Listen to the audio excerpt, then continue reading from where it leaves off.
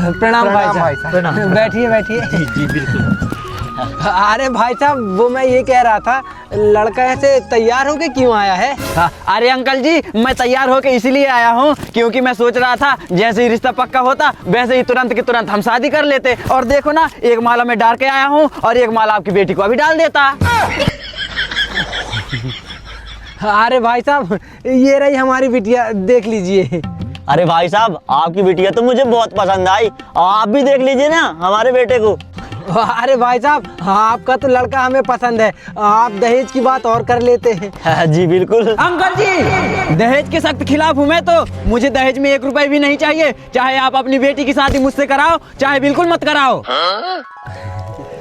अरे बड़े भैया देखो ना, ऐसे घोर कलयुग में कितने ऊंचे विचारों वाला लड़का मिला है हमें। हमारी बिटिया के तो भाग्य ही खुल गए। हाँ राजपाल तू सही बोल रहा है। लेकिन अंकल जी आप ही बताइए, कल के दिन आपकी बिटिया शादी करके हमारे घर जाएगी तो वहाँ पर तो बैठे बैठे पूरा दिन बोर हो जाएगी कि नहीं? हाँ बेटा बिल्कुल बोर हो जाएगी। हाँ तो उसके टाइम पास के लिए आप कम से कम एक टीवी तो दोगे।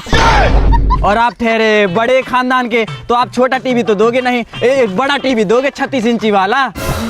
हाँ बेटा क्यों नहीं। लेकिन अंकल जी मुझे दहेज बिल्कुल भी नहीं चाहिए क्योंकि मैं तो दहेज के सख्त खिलाफ हूँ ना। हाँ जी बेटा जी जी। पर अंकल जी मान लो कि आपने टीवी दे दिया, लेकिन आप ही सोचो आपकी बिटिया वहाँ जमीन पर बैठकर टीवी देखेगी, क्या आपको अच्छा लगेगा? बड़े ससुर जी आप ही बताइए, आपको अच्छा लगेगा? नहीं बेटा नहीं। हाँ तो आप उसे बैठने के लिए कम से कम एक सोफा तो दोगे।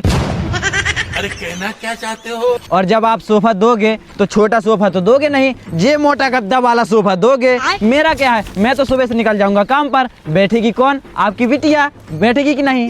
हाँ दामाद जी बैठेगी। हाँ तो अंकल जी इसी हिसाब से आप रख लीजिए। अगर आपकी बिटिया को प्यास लगेगी तो वो मटके का पानी तो पिएगी नहीं, तो उसके लिए आप फ्रिज दे देना। और आपकी बिटिया जमीन में तो सोएगी नहीं तो उसके लिए आप पलंग दे देना मोटा वाला अपने हिसाब से। इसी हिसाब से गर्मी का देख लो, गर्मी में आप अपनी बिटिया को एसी कूलर पंखा दे देना। और अंकल जी किसी दिन मैं बाहर रहा और आपकी बिटिया को मार्केट जाना हुआ तो आप उसके लिए एक गाड़ी दे देना। देखो अंकल जी मुझे दहेज नहीं चाहिए, मैं तो दहेज के सख्त खिलाफ हूँ ना। जब तुझे सब कुछ मेरी बेटी के लिए चाहिए तो तू एक काम कर, मेरी बेटी को भी मत ले जा, चली गल यहाँ से हरामखोर। ये क्या हो गया?